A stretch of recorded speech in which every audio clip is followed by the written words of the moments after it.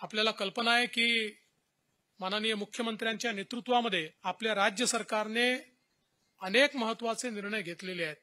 शिक्षक कर्मचाऱ्यांकरता, इतर कर्मचाऱ्यांकरता, कारण ते मोठ्या प्रमाणात या निवडणुकीमध्ये वोटर आहेत। विशेषतः जो जुन्या पेन्शनच्या योजनेच्या संदर्भातला प्रश्न निर्माण झाला होता, अतिशय यशस्वीपणे माननीय मुख्यमंत्र्यांनी त्या ठिकाणी समिती तयार केली।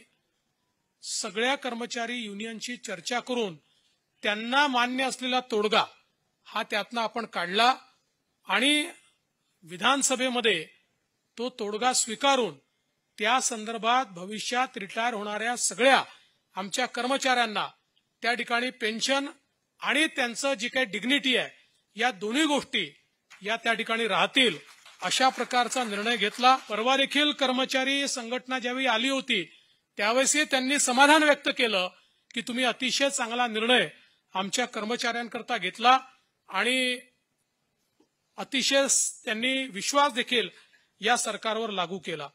एवढंच नाही तर विशेषतः 2005 पूर्वी लागलेले जे काही आमचे शिक्षक होते त्यांच्याही संदर्भात एक प्रश्न निर्माण झाला होता आणि त्याही संदर्भात माननीय मुख्यमंत्र्यांच्या नेतृत्वात 5 पूर्वीच्या लोकांना त्या ठिकाणी जी काही त्या काळाची पेन्शन योजना आहे त्याच्यामध्ये त्यांना समाविष्ट करून घेण्याच्या संदर्भातही सकारात्मक कारवाई ही या ठिकाणी सुरू झालेली आहे।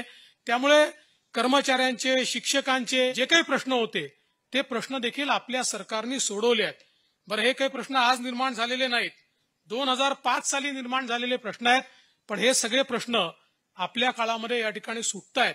त्यामुळे मला विश्वास आहे की पदवीधर असतील, कर्मचारी असतील, शिक्षक असतील, हे सगळे या सकारात्मकतेकडे पाहून निश्चितपणे आपल्या पाठीशी उभे राहतील आणि या निवडणुकीमध्ये चांगल्या प्रकारे आपल्याला मतदान होईल।